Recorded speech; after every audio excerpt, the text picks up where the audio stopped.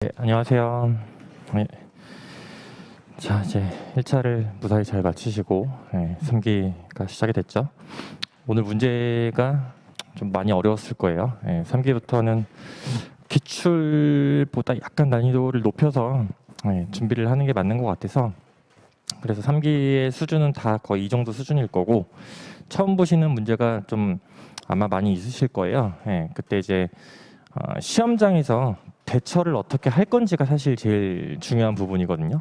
그래서 오늘 좀 일찍 와서 채점을 다 해봤는데, 답안 제출하신 분들 기준으로 봤을 때는 그 꽈락 넘으신 게 이제 2분만 딱 꽈락을 넘었고, 나머지는 다 꽈락이시긴 한데, 지금 정도의 난이도를 봤을 때 꽈락을 이제 넘는 기준을 자기가 이제 찾아가야 돼요. 일단은 100점을 다 써야겠죠. 시간 부족이 발생하는 부분이 어디인지, 복기를 하실 때는 내용적인 복기는 두 번째 문제예요. 내용적인 복기는 두 번째 문제고, 본인이 문제 분석을 하고 제가 이제 문제 분석하는 과정, 그다음에 사고의 흐름을 어떻게 가져갔는지, 그거를 기억하시면서 복귀하실 때 그 흐름을 가지고 내가 시험장에서라면 어떻게 대처를 할 건지, 그거에 좀 초점을 많이 두시면 좋을 것 같아요. 내용적인 복귀는 그 다음 문제고요.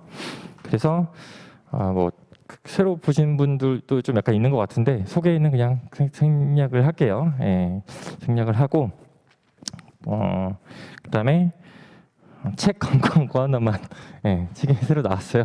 요약집이 나왔고, 처음 제 거를 접하시는 분들은 조금 어려우실 수도 있는데, 기본서가 이제 다음 주 수요일날 이제 출간이 돼요. 수요일날 출간이 돼서 거기는 이제 부동산학개론은 주로 이제 경호섭 평가사님 책이랑 서건채 평가사님 책을 중심으로 관련 취중에 나와 있는 자료들은 거의 다 들어 있다고 보시면 되고, 그다음에 2편이 감정평가 절차 방식이고 3편이 이제 유형별 목적별, 요것도 경호섭 평가사님 책이랑 실무기준 해설서, 요렇게 좀 중심으로 들어가 있고, 그 외에 좀 추가적인 부분들 관련 뭐 논문이나 관련 서적들 참고 문헌으로 해가지고 다 웬만큼 들어가 있고, 그걸 토대로 해서 이 요약집은 결국에는 개념, 그다음에 목차집은 제가 예전에 나눠드린 적이 있는데, 그걸 토대로 이루어졌다라고 보시면 될 것 같고, 키워드를 중심으로 요약을 해서 넣어놓은 거예요.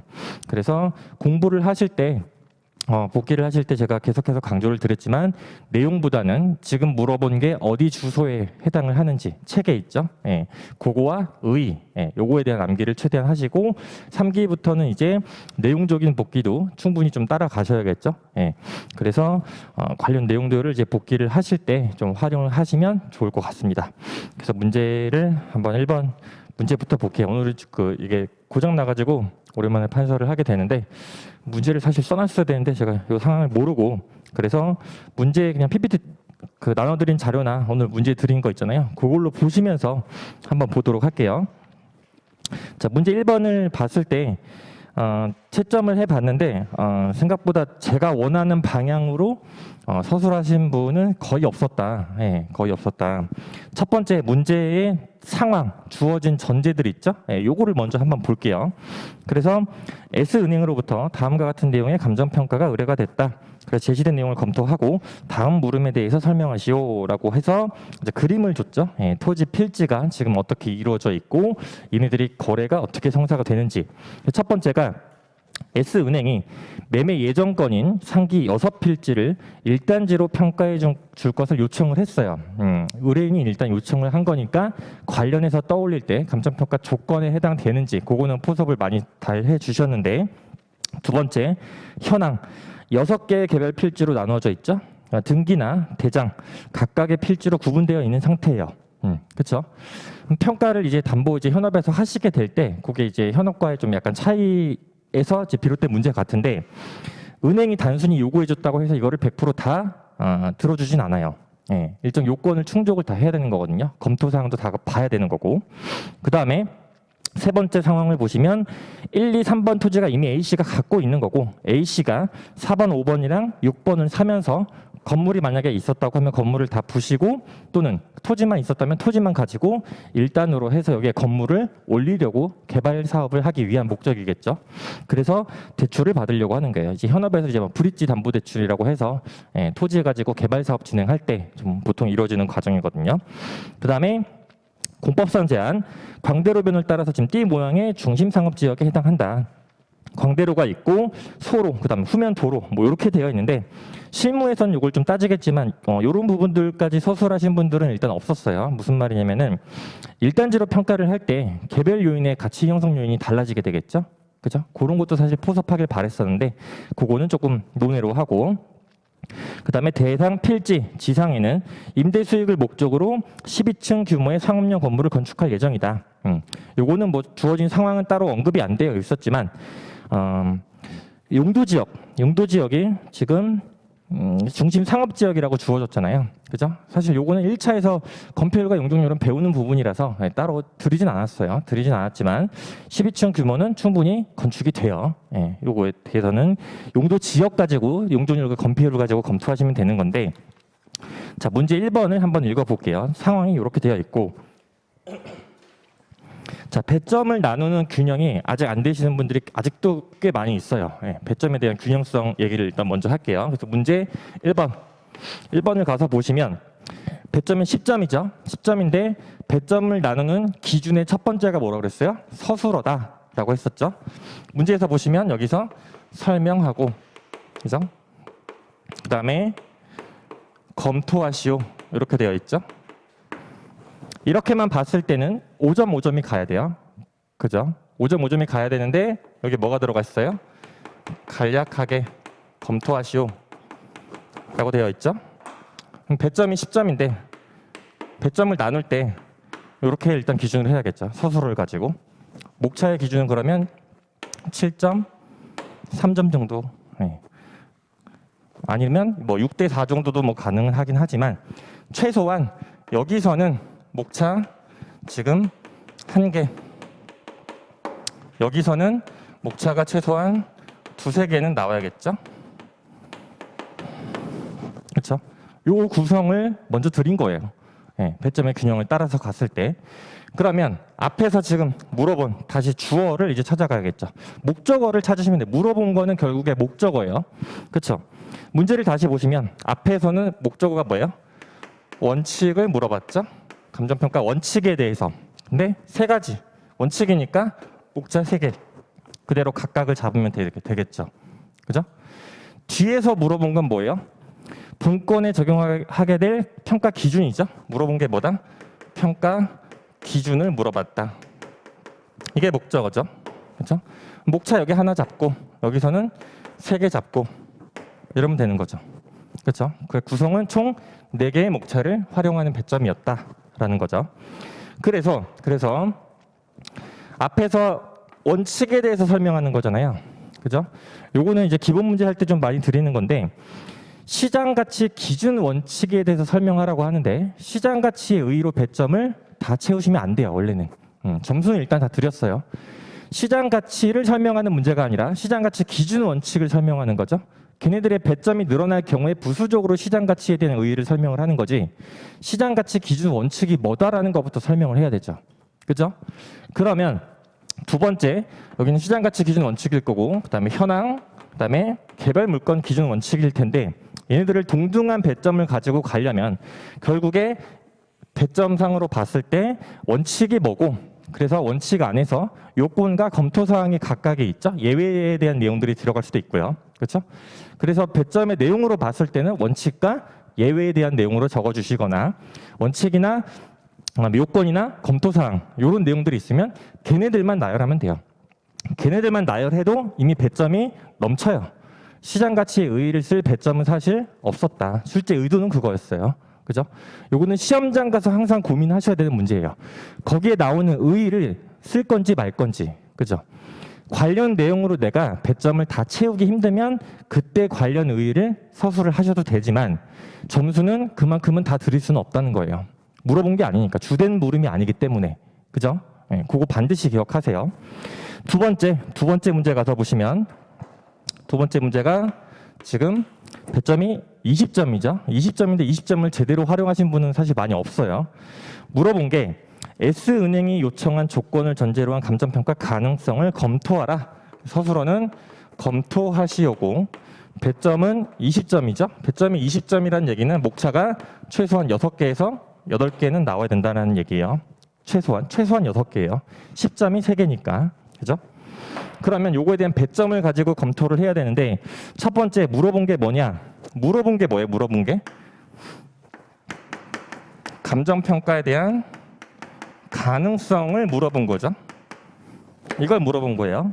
감정평가가 가능한지를 물어본 거예요. 그죠? 요거에 대한 주어가 뭐예요? 조건을 붙여서 감정평가를 할 수 있냐를 물어본 거죠. 일단지가 가능하냐라고 물어보지 않았어요. 그죠? 근데 일단지 얘기를 생각보다 많이 쓰셨어요. 조건이 가능한지 요거에 대한 규정만 사실 제대로 알고 있으면 첫 번째가 뭐예요? 요건이 충족되는지 어디에 해당하는지 그다음에 검토사항을 봐야겠죠? 그렇죠? 검토사항에서 뭘 봐야 되는 거예요? 합리성, 그다음에 합법성, 실현 가능성이죠. 그렇죠? 요 문제는 사례형이잖아요. 얘를 얼마만큼 주어진 상황을 가지고 포섭을 잘 했냐를 물어보고 싶었던 문제예요. 그렇죠? 배점이 여기에 많이 가야 되는데, 그렇죠? 요거를 제외하더라도 요건과 검토 사항에 대한 내용을 너무 간략하게 쓰신 분들이 많아요. 그죠? 배점이 최소한 목차가 6개에서 8개가 들어가야 되는데 요거를 너무 간과했다라는 거죠. 그죠? 그래서 요거에 대한 좀 내용을 구체적으로 다루길 원했었고 물음 3번에서 가서 보시면 첫 번째 상기 의뢰 물건에 대한 요거는 요것도 문제를 잘 못 읽으신 분들이 많아요. 문제 다시 읽어볼게요. 상기 의뢰 물건에 대한이에요. 이미 주어가 그죠? 의뢰 물건이라고 줬어요. 의뢰 물건이 뭐예요? 토지죠. 토지예요. 토지를 평가하는 거예요. 자, 그 다음 보시면 검토하는 건데 뭘 검토하는 거냐? 감칙상 원칙적인 감정평가 방법과 그 외의 감정평가 방법 적용 시 유의해야 될 사항에 대해서 검토하라. 잘 읽어보세요. 물어본 게 감정평가 방법을 물어봤어요. 유의사항을 물어본 거잖아요. 그죠? 유의사항에 대해서 답을 일단 기본적으로 해야죠. 유의사항의 주어가 뭐예요? 2개잖아요. 원칙상 평가 방법 시 유의사항과 그 외의 방법 적용 시 유의사항을 물어본 거지. 그죠?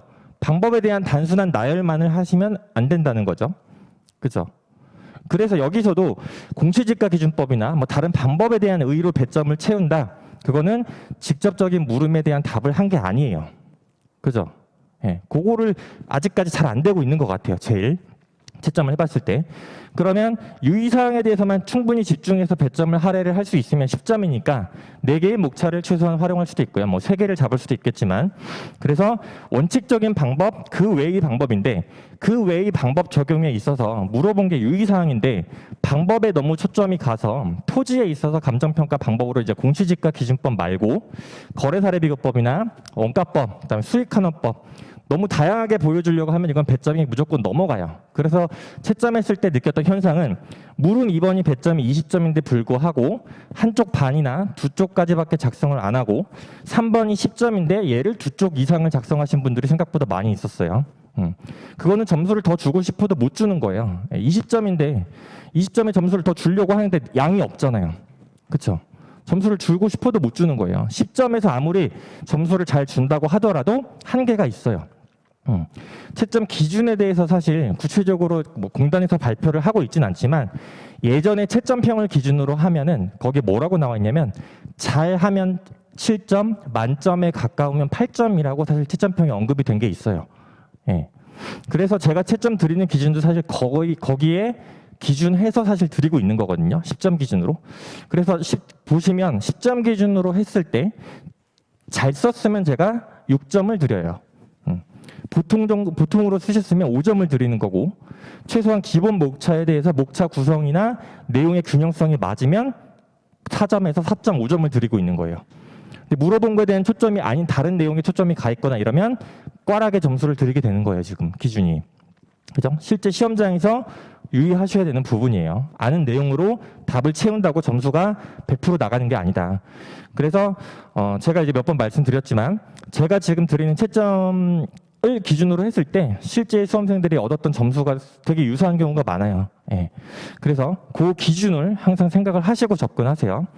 그리고 나서 자, 목차를 보시면 목차에서 물음 1번 목차는 그냥 보시면 될 것 같고 물음 2번을 볼게요. 물음 2번. 물음 2번에서 목차를 그러면 얘를 어떻게 이제 활용을 했느냐. 자, 요게 조건과 관련해서 요것도 답안지 서술을 보면 1단지랑 헷갈렸던 이유가 조건에 대한 명확한 개념이 성립되지 않아서 그런 거거든요. 그거는 예시답안으로 먼저 가서 볼게요. 예시답안 가서 보시면 자, 3페이지 보시면 자, 감정평가상 결부 조건이라고 되어 있죠. 예. 조건과 관련해서는 원래는 이 두 가지에 따라서 조건이 달라지는 거예요. 그러니까 1단지라고 하는 거는 여기에 이미 포함이 되어 있는 내용이에요. 조건을 기준으로 할 수 있는지에 대해서. 그래서 대상 확정을 하는 데 있어서 조건을 부과할 수가 있고 가치 형성 요인을 상정해서 부과하는 조건이 있는 거예요. 네, 이 내용은 경수평가사님 감정평가론 책에 다 나오는 내용이에요. 네, 그래서 내용을 조금 이거는 배점보다 살짝 조금 더 썼어요. 이해를 위해서. 그래서 대상 확정 조건을 보시면 물리적 범위와 권리 태양에 관한 사항을 확정하기 위해 필요한 조건을 얘기하는 거죠. 그래서 예를 좀 길게 썼고 그 내용들을 보시면 4쪽에서 보시면 셋째 줄부터 볼게요. 그리고 제시된 조건이 현황과 상이한 상태를 전제로 감정평가를 요청한 경우에는 현재 이용 상태를 기준으로 발휘되는 유용성이 아니라 기대되는 유용성을 전제로 한다. 그죠? 개별 필지가 아니라 지금 기대되는 1단지로서의 유용성을 기준으로 해서 상정을 하게 된다라는 거죠. 그죠? 그 다음에 가치 형성 요인의 상정상 조건을 보시면 지역 요인이나 개별 요인과 관련해서 얘는 상정을 하게 되는 거죠. 개별 필지로 하게 될 경우에 도로에 접한 상태와 형상이 다르죠. 1단지로 했을 때 도로의 상태가 삼면각지로 바뀌죠. 형상도 가장형으로 바뀌죠. 실무할 때 하시잖아요. 그죠? 네, 그 내용이 여기 들어가 있는 거예요.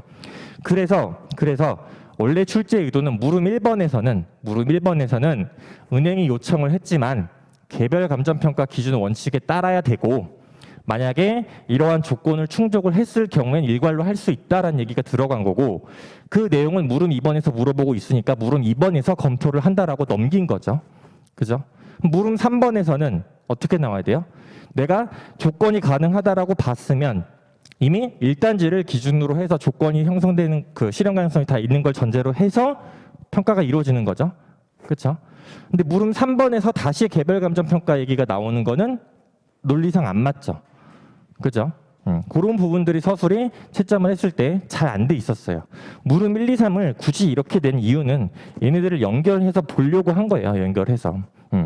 물론 물음 1번에서 그냥 일괄 감정 평가가 가능하다 또는 조건을 부과해서 가능하다 이렇게 서술해서 감점을 드리진 않았어요. 감점을 드리진 않았는데 그 내용을 사실 답안을 읽어보시면 물음 1번에서 가능하다고 해놓고 물음 2번에서 가능성을 또 검토하는 반복이 되겠죠. 그죠? 네. 그런 것들을 좀 유념해서 사실 문제를 낸 거였었고 예시 답안에서 이제 5쪽을 한번 볼게요.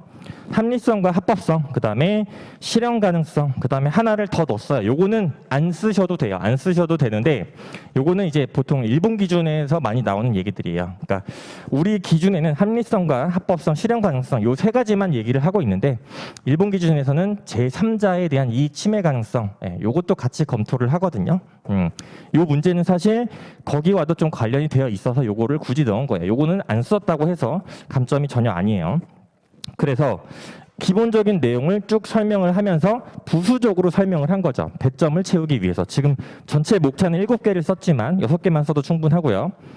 그러면 6쪽을 볼게요. 사안의 경우가 제일 중요한 거예요. 이게 보고 싶어서 앞에서 지금까지 물음 1번, 물음 2번 앞에를 설명한 거거든요. 자, 합리성을 보실 때 여러분들이 포섭하는 것들은 그래도 건드리기는 했지만 얘네들을 구체적으로 서술을 하는 데 있어서 좀 한계가 계속 나오고 있거든요. 합리성을 보시면 자, 제시한 조건이 통상적인 시장 참가자 시각에서 노선 상가에 인접한 개개의 필지를 하필해서 신규 건물을 건축함은 개개의 필지로 쪼개져 있을 때보다 더 많은 공간, 임대 공간을 만들어내고 거기서 더 큰 수익을 창출할 수 있다는 점에서 합리적이다라고 썼죠. 그죠? 이렇게 하셔도 되고, 또는 시장 참가자의 효용이나 선호도, 행태, 그런 것들을 가지고 합리성이 인정된다라고 서술을 하셔도 되겠죠.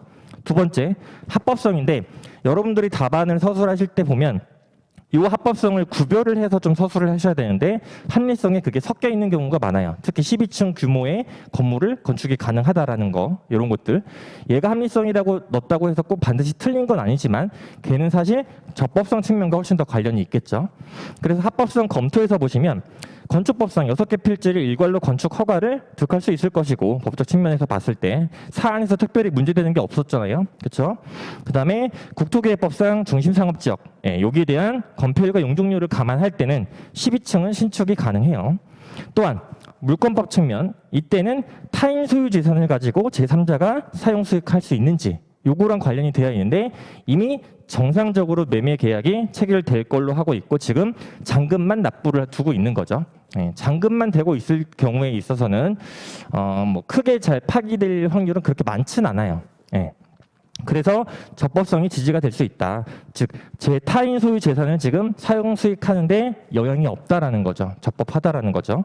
실현 가능성, 여기서는 뭐 크게 문제가 될 게 없었고, 그리고 제3자의 이해관계를 봤을 때도 매매 계약이 정상적으로 체결될 걸로 보이니까 감정평가가 가능하다고 보인다라고 한 거죠. 그죠? 그 다음에 물음 3번에서 그러면 목차를 보시면 공시지가 기준법이나 이런 의의를 저는 안 썼죠. 그죠? 유의사항에 포커스를 준 거예요. 물어본 게 유의사항이니까. 근데 공시지가 기준법 일단 오케이. 근데 왜 수익하는 법을 썼냐? 이거는 정답이 있는 건 아니에요. 수익하는 법 대신에 거래사례 비교법을 쓰셔도 되고요. 개발법을 쓰셔도 되고, 단 가산 방식은 좀 그렇죠. 그죠? 가산 방식 같은 경우는 보통 전답 임야를 가지고 하는 건데 얘는 이미 지목이 대지인 중심상업 지역에 있는 상태이니까 굳이 개를 끌고 올 생각은 안 해도 되겠죠. 그랬을 때 먼저 비교 표준지나 지역 요인, 개별 요인 비교시 유의사항 이런 내용들을 썼고, 수익환원법에서는 요 수익환원법의 적용 가능성이라는 목차를 활용한 거는 12층 규모의 상업용이죠. 그죠? 그거랑 관련해서 그 중에서도 일반 담보를 할 때 사실 DCF까지는 잘 안 써요. DCF를 쓰는 거는 이제 금액이 좀 많이 컸을 때 이제 활용을 하다 보니까 여기서 자본 환원 방법으로 직접 환원법으로 적용하는 게 타당해 보인다라고 언급을 해준 거죠. 그렇게 해서 순수익과 환원율 적용 시 유의사항에 대한 내용을 활용을 한 거다라고 보시면 될 것 같아요. 그래서 이 수익환원법 적용 시 유의사항은 거래사례 비교법을 쓰셔도 돼요. 인근에 하필된 규모로 또는 본건이 면적이 나와 있지는 않지만 유사한 규모를 갖고 있는 거래 사례가 있거나 유사한 개발 과정을 거친 거래 사례들이 존재할 수가 있겠죠. 중심 상업 지역이다 보니까 그러한 사례들을 찾게 되면 걔네들을 가지고 뭐 사례 적용 시, 사례 선정 시 유의사항이라든가 가치 형성률 비교 시 유의사항 이렇게 목차를 잡아서 활용할 수가 있겠죠. 그죠? 그래서 1번에서는 이러한 내용들이 들어가 있다라고 보시면 될 것 같아요. 그래서 결에서는 관련 내용을 간단히 지지를 했고요. 그 다음에 물음 2번, 문제 2번. 문제 2번 같은 경우는 자, 권리금은 올해 출제될 가능성이 상당히 높아요. 상당히 높아요.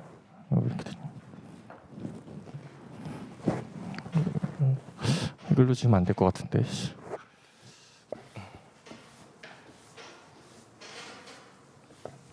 권리금 문제를 4번에도 좀 내긴 했죠. 자, 그래서 권리금은 실무로도 나올 가능성이 있어요. 이론에서 1순위라고 하는 거는 실무에서도 1순위가 될 거예요. 그죠? 그래서 권리금에 대해서 잠깐 먼저 검토를 해볼게요. 여러분들이 권리금 관련해서 권리금에 대한 감정평가만 너무 집중을 하고 있는데 권리금에 있어서 권리금과 관련한 감정평가를 만약에 맡기게 될 경우에 평가액으로 결정해요? 아니에요. 두 개죠. 법에 뭐라고 돼 있어요? 신규 임차인이 지금 임차인에게 지급하려고 하는 권리금이 있어요. 두 번째, 임대차 종료 당시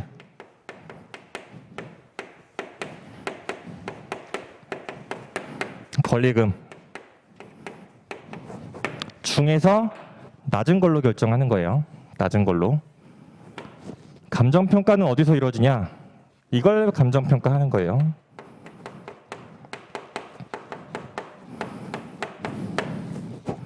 적정 권리금을 감정평가를 하는 거죠. 그죠? 두 개 중에서 이거 실무 문제로도 나올 수 있는 거예요. 이미 신규 임차인이 임차인한테 권리금을 얼마로 줄 거다라고 줄 수도 있어요. 문제에서. 그죠? 그거랑 이 권리금을 지급하는 게 임차인이 봤을 때 너무 과도하다. 보통 소송에서 이제 나오게 되겠죠. 권리금은 1억을 내라고 하는데 1억이 적정하냐. 그래서 평가를 맡기는 거예요. 얘가 예를 들어서 1억이고 평가를 해봤더니 뭐 8천만 원이다. 그러면 얘로 지급해라 라고 소송에서 결정을 하는 거죠. 권리금 감정평가는 요게 가장 큰 틀이에요. 여기서부터 시작을 하는 거고 그 다음에 감정평가 관련한 내용들을 들어가야겠죠. 그죠?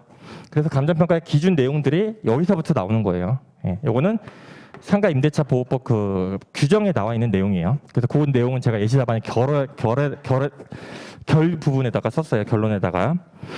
자, 그래서 문제를 가서 보시면 PPT는 이게 그 수정이 안 된 거라서 원래 문제로 보시면 돼요. 종류로 내려고 하다가 그러면 좀 다른 거 쓸까봐 이제 유형으로 해서 지역권리금, 영업권리금, 시설권리금, 이익권리금 요 내용을 쓰도록 좀 유도를 해서 문제를 좀 변형을 한 거였고, 그래서 지역권리금과 영업권리금, 그다음에 시설권리금, 이익권리금. 자, 이익권리금은 굳이 기억은 안 해도 돼요. 예, 해설서에는 허가권리금 뭐 이렇게 이제 기재가 되는 것도 있거든요. 근데 요거는 최근에 이제 권리금 감정평가 관련한 이제 논문에서 발췌를 한 거다라고 보시면 돼요. 다만 논문은 찾아보실 필요는 없어요. 지금 예시답안에 정리된 내용만으로 정리를 하셔도 충분한 거예요. 그랬을 때 각각의 의의 있죠? 네, 의의들이 있는데 이건 정의가 아니기 때문에 조사까지 외울 필요는 없어요. 단 개념은 명확히 알고 가야겠죠? 지역권리금, 얘를 소위 바닥권리금이라고 하는 거예요. 네, 즉 장소적 이익을 얘기하는 거죠. 장소적 이익. 그 다음에 영업권리금, 영업 노하우나 거래처, 뭐 신용 이런 것들과 관련한 게 영업권리금이고, 시설권리금은 그 유형재산과 관련한 내용들이겠죠. 이익권리금 같은 경우는 장래 창출할 영업이익에 대해서 미리 권리금을 내는 거예요. 그래서 얘는 바닥권리금이랑 사실 좀 연결해서 보는 애들이에요. 그래서 보상에서 이제 문제가 되는 것들은 바닥권리금을 인정을 할 거냐 말 거냐, 예, 그게 보상에 있어서 좀 문제가 되는 논점이에요. 그래서 보상에서 영업보상과 관련했을 때는 바닥권리금은 인정 못 해준다라는 거죠. 그래서 이런 내용들이 요것도 이제 배점보다 조금 더 썼어요. 그래서 요거는 참고로 기억을 하시면 될 것 같고, 그래서 그 내용들이 정리가 되어 있으니까 그거는 답안을 참고하시면 될 것 같아요. 그 다음에 물음 2번 있죠? 그러니까 물음 2번이 어디 써야겠다. 자, 물음 2번이 권리금의 발생 원인을 논하시오 라고 주어졌죠. 근데 자, 기출문제에서 제가 계속 강조를 드렸지만 문제에서 제시된 용어를 함부로 자기가 알고 있는 걸로 변형해서 쓰지 말라라고 계속 강조했죠. 그죠? 발생 원인을 물었어요. 근데 이걸 왜 같이 발생 요인으로 써요? 그죠? 그걸로 서술을 할 수는 있어요. 그러면 발생 원인이 뭐다라는 의미를 자기가 목차를 잡아서 얘가 같이 발생 요인을 의미한다라고 밝혀주고 내용을 쓰셨어야죠. 그죠? 이게 첫 번째예요. 그래서 발생 원인을 이렇게 해석을 해가지고 접근을 하실 수도 있다. 그게 첫 번째고요. 두 번째 원래 출제 의도는 발생 원인이잖아요. 발생 원인. 이건 사실 정답이 있는 부분이 아니에요. 정답이 있는 부분이 아니고 논문에 대한 것들을 실제 시험장 가서 다 준비를 해서 할 수도 없어요. 그러면 문제가 이렇게 나왔을 때 내가 얘를 어떻게 대처할지에 대한 거를 사실 보고 싶었던 거거든요. 그 다음에 문제 3번이 권리금 감정평가의 문제점을 물어봤어요. 자, 이론에서 문제 똑바로 읽으시라고 그랬죠? 감정평가의 문제점을 물어봤지 감정평가 방법의 문제점을 물어보지 않았어요. 그죠? 근데 왜 방법만을 서술하시는 분들이 생각보다 많았어요. 그쵸? 출제 의도는 물음 1번의 앞에서 지금 권리금의 유형을 물어봤죠? 그죠? 그래서 네 가지를 또 일부러 줬는데 여기에 맞춰서 사실 목차 잡으면 편하게 쓸 수 있었겠죠? 그죠? 발생 원인 정답 없다고 그랬어요. 없다고 그랬는데 관련해서 굳이 뭐 유형이나 무형 이렇게 체계를 좀 잡고 접근하신 분들도 있지만 얘는 유형을 문제에서 지금 네 가지로 드렸잖아요. 그죠? 그 네 가지에 따라서 얘네들이 왜 발생하는지에 대해서 논하는 거니까 의견이죠. 그렇게 설명하면 충분하고 그 다음에 이 발생 원인과 관련한 문제점을 하면 사실 목차가 4개 하면 아주 편하게 설을 쓸 수가 있고 편하게 작성을 할 수가 있었을 거란 말이에요. 내용도 안 겹치고. 그죠? 근데 그렇게 활용하신 분이 없었다 하나도. 그래서 이거는 실제 시험에서 대처하는 대한 기준을 지금 마련해 드린 거예요. 실제 시험에서 관련한 내용을 전혀 모른다고 전제를 했을 때 여러분들이 문제를 푸시다 보면 느꼈겠지만 특히 이 문제 발생 원인과 문제점 여기에 대해서 목차를 잡거나 아니면 아예 비워두신 분들이 많은데 이걸 어떻게 해야 될지 모르겠는 거죠. 관련 내용이 모르겠으니까. 그렇죠? 근데 배점이 지금 10점, 10점인데 20점을 버렸다는 거는 나머지 문제 80점에 대해서 충분히 잘 서술을 했다는 걸 전제로 해야지 꽈락이 안 나오거든요. 그러면 20점을 버린다면 나머지 문제에서 여러분들이 그렇게 잘 했을 가능성이 높진 않아요. 요 전체 문제를 봤을 때. 그죠? 그럼 얘를 대처를 해야죠. 정답이 있는 문제가 아니잖아요. 논하는 문제가 아니잖아요. 그렇죠? 그래서 유형에 따라서 발생 원인과 문제점을 사실 연결해서 지으면 되는 애들인 거고 예시 답안과 목차는 조금 더 어렵게 지금 서술이 되어 있는데 요거는 논문 정리용으로 지금 드린 거예요. 네, 참고를 하실 때. 그래서 내용을 한번 가서 보시면 요 내용은 빼고 자 요렇게도 한번 검토를 해볼게요. 자 발생 원인을 같이 발생 요인으로 접근을 할 수도 있다고 했었었죠. 그렇죠? 결국에 효용, 그다음에 상대적 희소성, 그다음에 유효, 수요 측면에서 검토를 할 수가 있었을 거고 여기서부터 발생하는 문제점을 연결해서 사실 그냥 목차를 잡아도 전혀 틀리지가 않죠. 내용이 연결된다라는 거는 논리적 일관성을 갖추고 있다라는 말이거든요. 본인이 작성한 내용에 있어서 크게 결함이 없으면 출제자가 요구한 답안과 전혀 다른 방향으로 간다고 하더라도 기본 점수는 다 드려요. 네, 그렇게 돼 있단 말이에요. 근데 이거를 여기서 딴 얘기를 하면서 문제점에서 또 뭐 방법이나 막 여기저기 막 섞이기 시작하죠. 어디서부터 뭐를 건드려야 될지 모른단 말이에요. 그렇죠? 기준을 잡고 거기서 파생해서 나가면 돼요. 물음을 왜 이렇게 냈는지 한 번 더 고민을 해보시고, 그죠? 그 생각을 가장 틀을 먼저 기억을 하시면 될 것 같아요. 그래서 효용이라고 하는 거는 결국에 시장 참가자가 선호하는 것들, 인정하는 것들, 요거랑 관련한 거죠. 그렇죠? 권리금이란 걸 시장 참가자들이 시장에서 봤을 때 노도나도 인정을 하고 있으니까 돈을 주고 거래를 하는 거잖아요. 그렇죠? 거래 가능과도 연결이 되어 있겠죠. 그렇죠? 그다음에 상대적 희소성이라는 거는 결국에 상대적으로 희소하다는 건데 수요가 공급에 비해서 많이 나타나고 있으니까 권리금, 그 장소적 이점에 대한 대가를 지불하고서라도 경쟁에서 이기려고 하는 거잖아요. 수요가 많은 거니까. 그렇죠? 유효 수요라는 거는 결국에 구매력과 구매 의사가 있는 거죠. 지불할 의사가 사실 얘는 좀 더 중요하겠죠. 지불할 의사가 있다라는 거는 시장에서 걔를 인정을 하고 있고 수요도 더 많이 공급되고 있는 상황이니까 그래서 그만큼의 대가를 더 지불하고서라도 내가 이익을 얻으려고 하는 거죠. 그렇죠? 그러면 이 내용을 잘 보시고 예시답안을 가서 볼게요. 같은 얘기를 목차에 따라서 다르게 지금 전개를 하고 있는 거예요. 첫 번째, 수요 공급의 원리죠. 상대적 희소성과 관련되어 있다 보시면 돼요.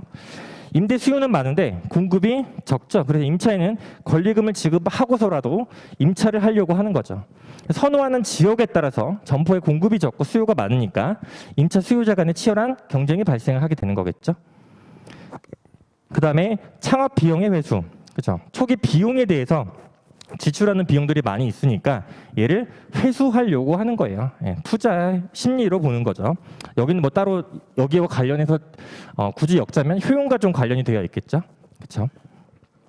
그다음에 선 지급한 권리금의 회수. 이것도 사실 효용과 좀 관련이 있죠. 먼저 지급한 신규 임차인이 들어갈 때 기존에 만약에 내가 임차인이고 새로 임차인이 들어와요. 그럼 이 사람은 내가 그 전에 얼마를 냈으니까 그거는 최소한 돌려받고 나가야겠죠. 그렇죠. 그런 얘기들이죠. 경제적 동기가 발생을 한다라는 거고. 그다음에 법령상 임차료의 제한이나 인허가 요건의 강화. 정부에서 좀 규제가 있다라는 거죠. 그래서 차임 증액 청구권, 즉 임대료를 올려서 받으려고 하는데 그게 제한이 있으니까 임대료 대신에 권리금으로 더 퉁쳐서 더 받고 나가겠다라는 거죠. 그런 내용들이 정리가 되어 있고 이 정도만 준비하셔도 상관없을 것 같아요. 논문은 따로 보실 필요 없고.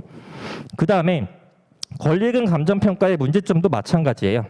요거는 이제 제시되는 그 내용들이라서 요거는 간단히 읽어보시면서 접근을 이렇게도 할 수 있다 정도만 기억하시면 돼요.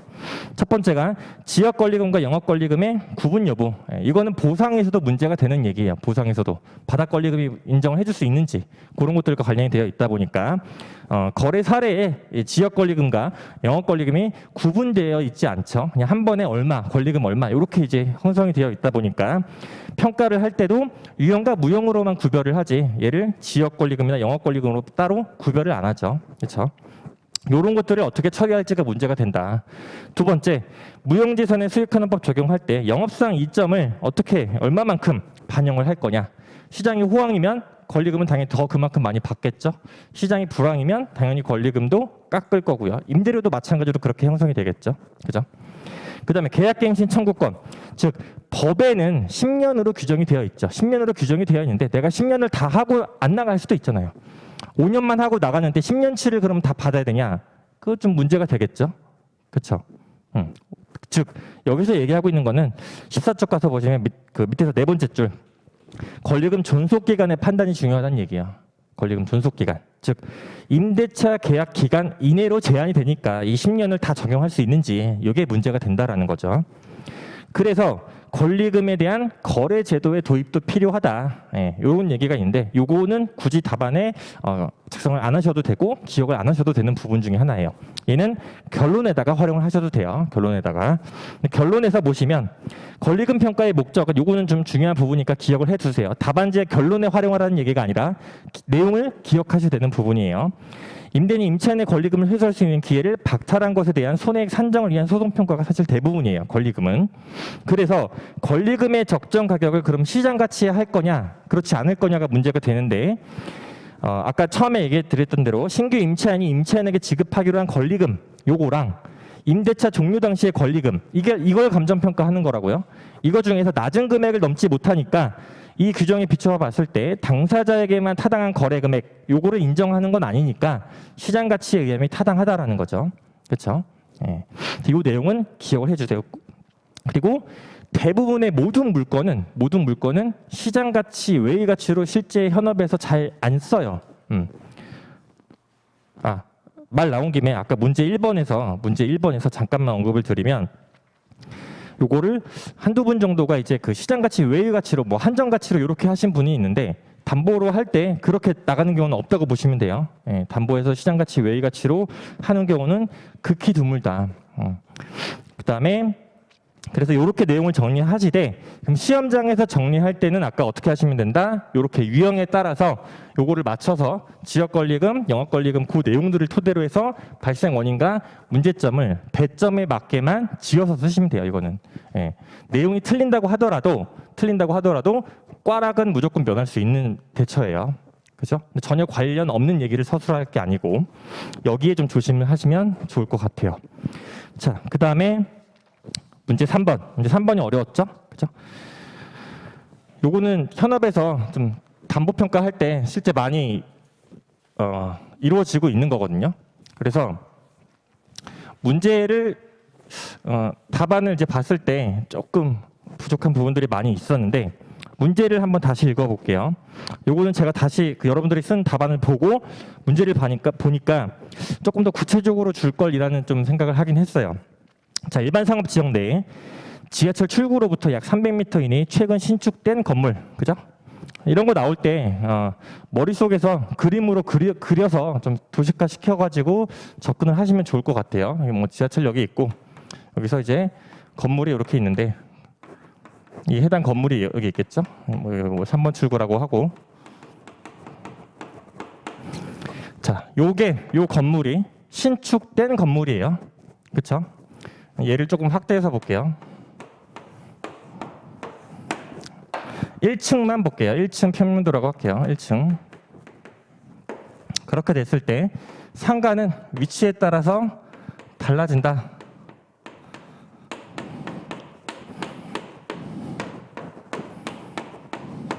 그렇죠? 보통 뭐 101호, 102호, 103호 이렇게 되어 있겠죠? 뭐 112호, 뭐 113호 이런 식으로 되어 있을 거고, 뭐 108호, 109호. 1층 상가 도면을 보면 보통 이런 식으로 구성이 되어 있어요. 그렇죠? 그렇게 봤을 때 내용을 다시 한번 읽어보면 약국 구분 건물로 일단 줬죠, 문제를. 102호라고 줬어요. 102호가 어디에 위치해 있는지는 사실 몰라요. 그죠? 그런데 약국의 임대료는 해당 건물 내에 해당 건물이라고 줬죠. 동일한 건물이에요. 신축된 건물이란 얘기예요. 근데 대부분의 채점을 해봤을 때 신축에 대한 얘기를 되게 많이 했어요. 예. 이거는 동일한 상황이란 얘기예요. 동일한 상황. 즉 출제 의도는 다른 건물과 비교를 하는 게 아니라 얘가 102호인데 약국으로 쓰는 거예요. 약국인데 103호랑 101호가 동일 건물의 같은 노변에 위치를 하고 있음에도 불구하고 얘는 뭐 거래가가 5억이고 얘가 뭐 5억 5천인데 얘 같은 경우는 10억 이렇게 찍혀 있어요. 그럼 이렇게 평가하는 게 맞냐를 물어본 거란 말이에요. 그래서 내용을 다시 보시면 약국의 임대료 얘기가 나와 있죠. 해당 건물 내에 동일 건물 내에 독점 계약으로 인한 동일한 노변, 이것도 요걸 얘기한 거예요. 즉 무슨 말이냐? 여기 노변에 같이 있다. 왜냐? 구분 건물 같은 경우는 이 전면에 접한 상가와 후면에 접한 상가, 내부 상가에 따른 격차가 되게 커요. 특히 전면보다 내부 상가는 거의 30% 이상 감가돼요. 후면 상가는 최소 15% 이상 감가가 되고요. 가격 수준이 다르다는 얘기예요. 가격 수준이. 그 얘기를 사실 드린 거였어요. 다른 층 상가보다 동일한 노변에 접한이라는 거는 여기만을 얘기한 거예요. 그러니까 내부 상가나 후면 상가는 고려하지 말라라고 사실 준 건데 이건 좀 제가 문제가 구체적이지 못했던 것 같아요. 임대료 수준이 약 2배가량 높은 것으로 조사되었다. 실제 보시면 요 101호나 뭐 103호 같은 경우는 월 임대료가 300 이러면 약국 임대료는 뭐 700, 800 이래요. 그렇게 됐을 때 이렇게 평가, 본권의 감정평가액이죠.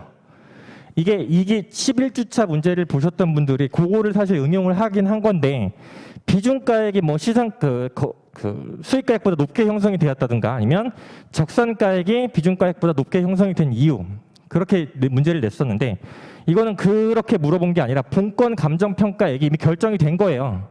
결정이 된 거죠. 그 상태에서 다른 1층 상가, 다른 호수, 즉 101호, 103호 이 동일 노변에 있는 상가보다 높은 이유에 대해서 지금 물어본 거란 말이에요. 그러니까 여러분들이 목차를 작성하실 때 최근 신축됐다라는 얘기라든가 아니면 접근성, 지하철과의 접근성, 이거는 사실 관련이 없다. 이미 상황은 똑같단 말이에요. 그렇죠? 네. 요거랑은 관련이 없는 얘기예요. 실제로는. 그래서 점수는 일단 드리긴 했지만 요 상황을 봤을 때 얘를 그러면 인정을 해줄 거냐 말 거냐, 왜 그렇게 차이가 나느냐, 그걸 물어본 거란 거죠. 그래서 예시 답안은 다르게 쓸 수도 있었지만 지난주 2기 11주차 특수 목적에 따라서 비중가액이 뭐 적산가액보다 높게 산정되는 이유를 물어봤었는데 걔를 최대한 활용해서 쓴 거예요.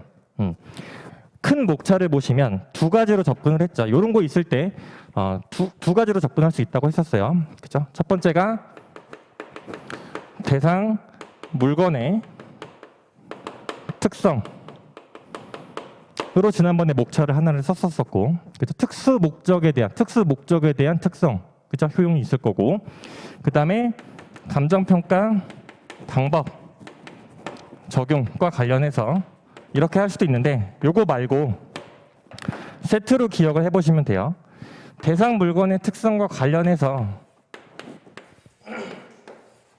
이렇게 4가지 정도가 있는데 이게 어디서 활용이 많이 돼요? 이렇게 보시면 떠올리실 수 있겠죠? 그죠?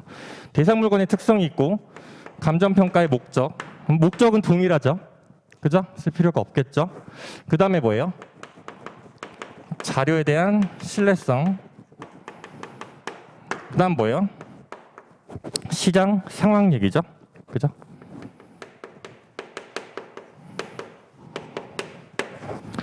여기서 파생해서 나온 목차예요. 목차가. 다시 볼게요. 첫 번째, 약국의 특성상 이유죠. 그죠? 약국의 특성을 봤을 때 거래의 특수성이 있다. 독점 계약이죠. 독점 계약. 그죠? 그래서 독점 계약에 따라서 특히 얘네들 같은 경우는 그 독점 계약에 따른 프리미엄을 시장 참가자가 인정을 해준다라는 거죠. 거래 관계에 있어서. 그래서 그걸 인정하기 때문에 본권 감정 평가액이 더 높을 수 있다라는 얘기를 하나를 쓴 거고, 두 번째 임대료 수준, 수익가액의 지지가 될 수 있겠죠. 구분 건물이니까 비중가액을 원칙으로 하겠죠. 그죠? 거기서 비중가액이 좀 높은데 그걸 설명하기 위해서 수익가액이 지지가 된다라는 지지가 된다라는 결론을 보여주기 위한 거죠. 즉 다시 말하면 밑에서 세 번째 줄 보시면 시장 참가자는 높은 수준의 임대료를 지불할 의사가 있게 된다라고 됐었죠. 지불 의사가 아까 뭐였어요? 유효 수요랑 관련이 되어 있죠. 그죠? 그다음에 채권 회수의 안정성이죠. 요거는 아무도 안 건드렸더라고요. 담보 얘기를 아무도 안 했어. 담보 감정 평가의 의의를 써놓고 담보잖아요. 담보 목적에 부합하냐 안 하냐. 요거는 하나는 사실 건드려 줬어야 되거든요. 요거를 아무도 안 건드렸다. 그죠? 목적 정해져 있다고 그랬잖아요. 요 4가지를 가지고 요 4가지 제목이 뭐였어요? 시장가액 조정 시 유의사항이라든가 시장가액 조정의 판단 기준이잖아요. 요 4가지가. 그렇죠? 요거를 활용해서 사실 목차를 잡았어도 4개는 뽑았어요. 그죠? 요거를 좀 활용하셨으면 좋겠다.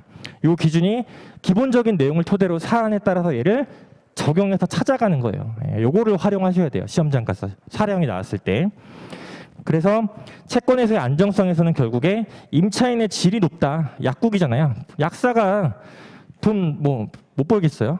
잘 벌겠죠. 그죠? 약사가 임대료를 못 내는 경우는 사실 별로 없어요. 그렇게 많지 않아요. 다만 뭐 신용 상태에 따라서 개개인의 차이에 의해서 약간 차이는 있을 수는 있겠죠. 그다음에 17쪽 보시면 감정평가 방법의 이제 성격 등 요거에 따른 이유로 시장성이랑 수익성, 시장의 거래 가능 얘기를 했었었고 임대료에 대한 얘기는 수익성과 관련이 되어 있겠죠. 요걸 따로 뽑아낸 거죠. 그래서 가격 수준이 다른 가격 수준을 형성한다. 요 얘기한 거죠. 여기서. 그렇죠? 임대료에 대한 수준에 따라서 여기 실거래 가격도 이렇게 다르게 찍혀요. 요 얘기를 해서 감정평가 방법의 논리, 즉 가치 삼면성 측면에서 검토를 한 거죠. 그 다음에 사용가치와 교환가치, 이거는 지난번에 목차를 활용했던 거죠. 약국 자체로서 사용은 충분한 사용가치를 지니지만 약국이 아닌 다른 상가가 들어오면 이건 이 가격이 안 돼요. 형성될 수가 없어요. 그렇죠? 그 얘기가 사용가치와 교환가치 얘기였고, 그 다음에 자료의 신뢰성. 요거는 그래도 몇몇 분들이 뭐 자료 수집 및 정리 시 그런 것들에 따라 유의사항이 가격 차이가 발생한다. 요거는 생각보다 많은 분들이 활용을 많이 해주셨어요. 그렇죠? 그래서 요 틀이 이 4가지의 틀을 기준으로 해서 나온 목차다라는 걸 기억을 해두세요. 기본적인 틀을 가지고 거기서 사안에서 적용할 수 있는 거를 지금 찾아서 막 바꿔준 거예요. 그렇죠? 바꾸기가 힘들다. 그럼 목차를 그냥 이걸로 쓰세요. 목차를 이걸로 쓰면서 내용을 여기에 맞게만 서술하시면 되는 거예요. 그렇죠? 목적 얘기면 담보 목적이니까 담보와 관련된 얘기를 쓰면 되는 거잖아요. 그렇죠? 사안포섭 하실 때 기준이 반드시 있어야 된다. 기준이 아무거나 떠오르는 대로 막 생각을 하기 시작하면은 이건 목차 구성도 힘들고 분명히 3가지 이상 생각하기가 힘들어요. 한계가 있기 때문에 일반적인 기준을 토대로 해서 목차를 따라가시면 좋겠다. 그래서 요거에 대해서 일단 말씀을 드렸고, 마지막 문제 4번은 그냥 빨리 쓰라고 사실 던져준 문제인데 정리가 안 되신 분들이 많이 있어요. 요거는 권리금과 관련한 그 실무 매뉴얼에 나와 있는 내용이에요. 3가지 방식이 있어요. 요거는 정확히 기억을 해두세요.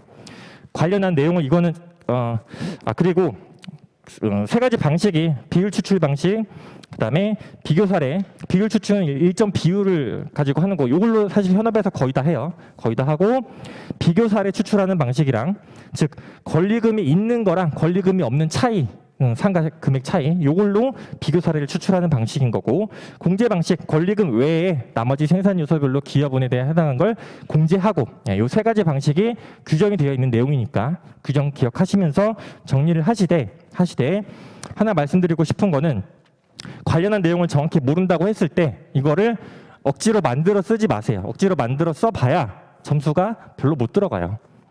물론 이제 몇몇 분들이 3방법을 활용을 해가지고 그거를 만들어 쓰신 분도 있는데 얘는 이미 전제가 수익환원법이죠. 그렇죠? 그 안에서 해결을 해야 되는 거고 두 번째 관련 의의를 너무 많이 써요. 여기서 권리금 의의 쓰시고 수익환원법 의의 쓰시고 무형재산의 의의를 쓰기 시작하면 물어본 거는 뭐예요? 무형재산의 영업이익도 아니에요. 귀속 영업이익이에요. 그거의 산정 방법만을 물어봤는데 무형재산, 권리금, 수익환원법 이거에 대한 의의로 배점을 채워봐야 걔네들은 많이 줘봐야 2점이에요. 점수가 별로 들어갈 수가 없다. 관련 의의로 배점을 전부 채웠다고 해서 점수가 잘 안 나오는 경우가 이런 경우예요. 본인은 빠짐없이 내용을 다 잘 썼다고 생각을 했지만 물어본 거에 집중을 하지 않은 거는 배점이 당연히 안 들어간다는 얘기예요. 거기서 좀 유의하시면서 다음 주에도 이제 문제를 푸실 때 그거를 항상 기억을 하시면서 접근하는 마인드를 그렇게 좀 잘 기억을 해서 활용을 해주시면 좋을 것 같습니다. 그래서 오늘 여기서 마치도록 하겠습니다. 고생하셨습니다.